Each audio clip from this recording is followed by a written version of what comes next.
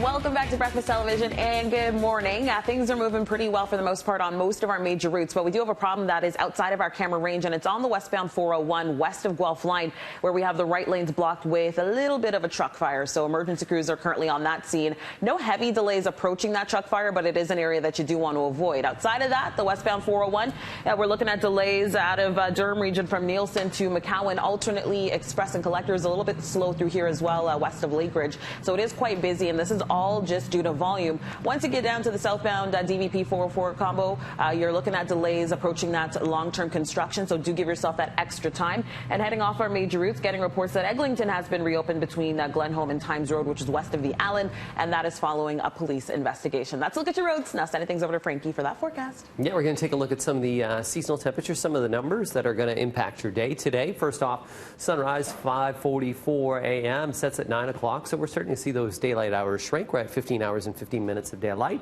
Seasonal high should be right around 26.6. The record was 36.4 back in 1988. We're going to hit 30 today, not a record breaker, but above seasonal. Good news about today, as you know, through the overnight period, we had no humidity. 16, beautiful for sleeping. 19 right now in Burlington. We take a look over towards Oshawa at 16. So today, like yesterday, no humidity, but hot. We're going to keep an eye, as we're seeing just over through the Midwest, this line of activity that's going to move towards Toronto, impact us on Thursday. So we're dry today, tomorrow. Tomorrow, humidity returns. We'll have humidex values near 40 with a high of 31. Slight chance of showers on Wednesday, but there's the impact. Thursday, we'll get into showers, possible thunderstorm on Thursday, and a daytime high 27. Let's look at your next 3 days weather-wise. Now on to your news. A fatal fire in Hamilton is now being investigated as a homicide. 2 people are in custody. Our Tammy Sutherland standing by live at Beach Road and Gage Avenue with all of these details. Tammy, we are expecting the Ontario Fire Marshal's Office to investigate here.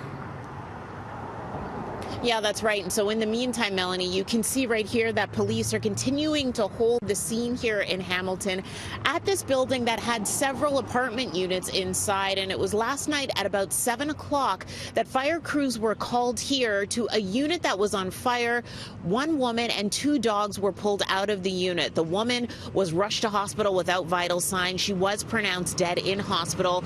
The 2 dogs that were given CPR, unfortunately, neither of them survived. And it was just this morning that we learned that 2 people have now been taken into custody. They are under arrest, a man and a woman. However, we have not heard from Hamilton Police what exactly the charges will be in this case or what relation these 2 people may have to the victim who died in hospital yesterday. So that's one thing that we're waiting to get from Hamilton Police. In the meantime, though, the Ontario Fire Marshal's Office will be here on scene to take a look at the scene itself to figure out exactly what the cause of the fire was last night.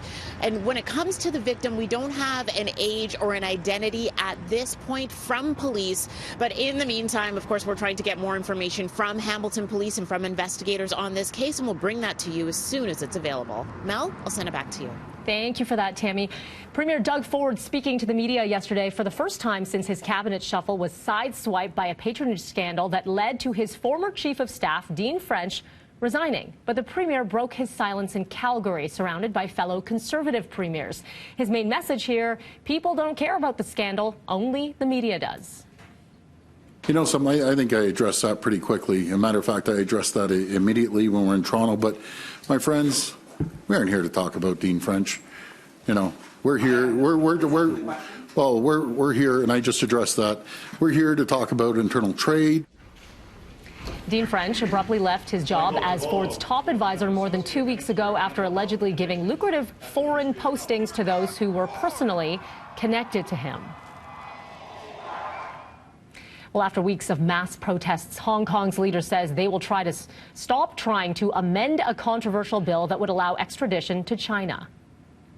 But there are still lingering doubts about the government's sincerity, or worries whether the government will restart the process in the Legislative Council. So I reiterate here, there is no such plan.